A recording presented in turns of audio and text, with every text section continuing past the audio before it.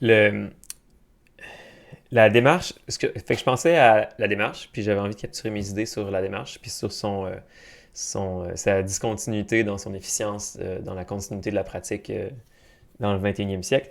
La démarche, quand on la fait, comment on la pratique maintenant, c'est que c'est un code d'approche, c'est un véhicule de transfert vers un second opérateur qui n'est pas capable d'interférer avec la matière artistique, avec le flux artistique. C'est une interface, la démarche.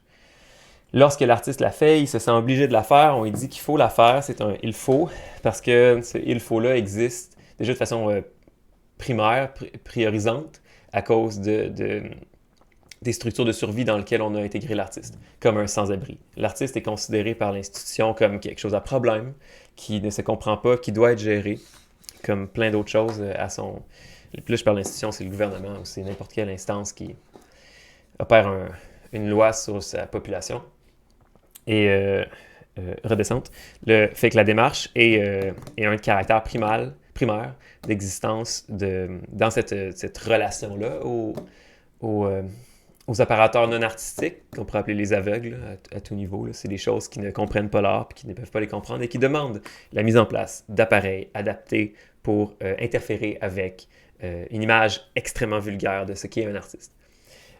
C'est ça qui constitue une des mécaniques d'approche, je pense, assez clé, assez pilier de la dimensionnalisation efficiente des arts dans la façon que c'est produit dans les institutions universitaires et conséquemment dans la façon qui a été proposée à l'État d'interférer avec l'art, en tout cas dans le milieu de l'art actuel au Québec. La démarche va s'en aller très rapidement, dans très pas longtemps, car elle est en opposition polarisée avec le, les déploiements succincts qui vont s'afficher dans l'art. Ces déploiements succincts-là sont le retour du mysticisme, le retour à l'éveil de la vérité intuitive qui anime l'art. Celle-ci, par contre, à des niveaux cataclysmiquement supérieurs de ce que les modalités d'interférence qui nous sont présentement proposées pour être en relation avec le monde sont. Et la démarche est un modèle, un exemple de premier niveau pour observer cette rupture clé entre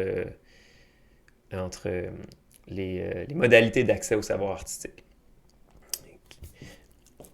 Cette idée-là m'est apparue parce que j'ai parlé avec une collègue récemment, puis elle m'a partagé un commentaire sur l'insistance sur le respect de la démarche, puis ça m'a fait buzzer parce que, par buzzer, là, je veux dire, ça m'a comme un ting, ting, ting, ting, ting. Tu sais, ça reste dans ta tête, là, puis il y a comme une espèce de chose qu'il faut que tu remanipules, là, parce que c'est pas digestible. Puis, euh, c'était la nature de l'autorité, de l'émission de l'autorité dans la démarche. Cette nature-là ne provient pas de l'art. Quand l'artiste veut faire de l'art, il n'a pas besoin de démarche. Il a besoin de démarche lorsqu'il est temps d'entrer en communication et d'entrer en fonction mécanique avec d'autres systèmes. Et là, c'est facile, tu remontes tes racines, puis tu vois que la démarche n'est pas une invention propre à l'art. C'est une invention propre à la gestion. Et à cause que j'aime beaucoup le code QR, j'aime beaucoup les symboles d'hyper-transport, l'hyperlien, l'image.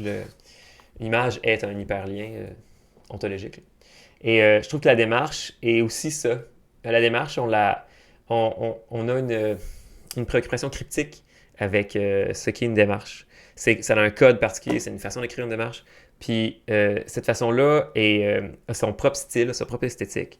Et plus tard, je pense que c'est évident que je vais passer là, mais ça va être très amusant à décortiquer ces codes-là pour révéler les mécaniques de contamination, de l'intérêt logistique, bureaucratique qui s'amène dans ce contrat-là. C'est un contrat, une démarche. Surtout un contrat quand l'illusion vient à permuter le sens de l'art dans la pratique de l'artiste. Ça utilise la faiblesse, comme l'exemple que je donne avec ma collègue, où l'artiste vient à faire comme il faut respecter la démarche. Cette chose-là est notion de respect. Puis là, automatiquement, je pense au veau d'or. Je pense aux symboles qui sont comme des faux dieux. Là.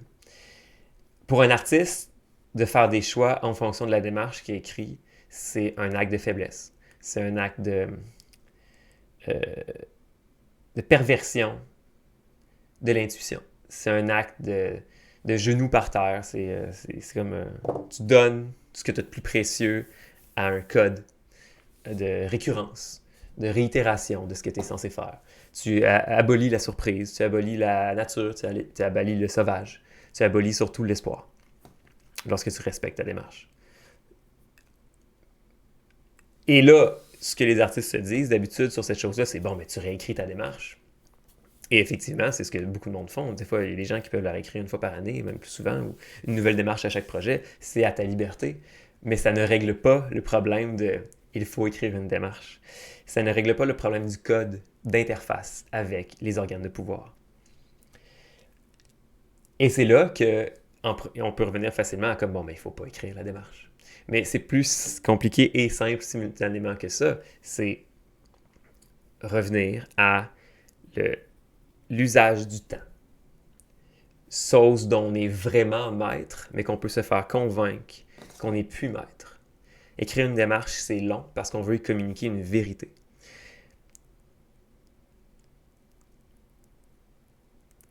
Et manipuler l'illusion de la vérité est une chose qui demande énormément d'énergie, fait qu'on y met énormément de temps. Parce que il y a comme une forme de... c'est sérieux. T'sais. Mais c'est sérieux comme quand on fait une image. Une démarche, c'est une autre partie de l'image. C'est juste que c'est une image de collaboration négative. Parce qu'on est le seul émetteur de l'image, mais elle est validée par son récepteur. Et ça, c'est une perte de pouvoir. Parce qu'on joue à une espèce de loto du guess, try it, fais-le voir par d'autres mondes, les gens vont donner un commentaire, puis tu as déjà tout perdu, ton pouvoir d'exister, d'émettre ta propre dimensionnalisation ontologique. C'est ce piège-là qui a... Les démarches ne devraient pas être écrites par les artistes. Les démarches devraient être écrites par des spécialistes qui font partie de l'agent récepteur. Puis les artistes devraient même pas s'en préoccuper. C'est fondamentalement detrimental. Ça casse, ça brise, ça laisse, c'est violent. Ça laisse une trace, ça laisse une cicatrice, shoot it. Là. Fait que ce n'est plus du... Fait que tellement que, comme quand un critique écrit une critique, ça fait partie de la réception. Puis le critique, il écrira qu'est-ce qu'il voudra. Faut pas vraiment valider avec l'artiste qu'est-ce que l'artiste en pense. Parce qu'on réactive ce jeu-là misérable de comme on s'entend à ce que tu fais. C'est à ce niveau-là que je mets les artistes. C'est un niveau d'incommunicabilité souverain. C'est la souveraineté de l'incommunication. C'est la mise en place de phénomènes vécus mais qui n'interagissent plus avec des délais médiatiques. Et la démarche est un autre délai médiatique. C'est un transport des unités paramétrales du savoir intuitif dans des boîtes conceptuelles, des dispositifs qui ont des particularités médiatiques horizontales, avec, je dirais verticales aussi. En tout cas, c'est une forme d'horizon, ce que moi je dirais vertical, mais cette verticalité-là n'est pas réappliquée à d'autres agents de d'autres connaissances et de d'autres types d'intelligence.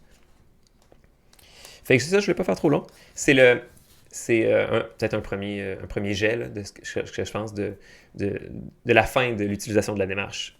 En tout cas, dans ses caractéristiques présentes. Moi, je la continuerai parce que c'est juste une espèce de...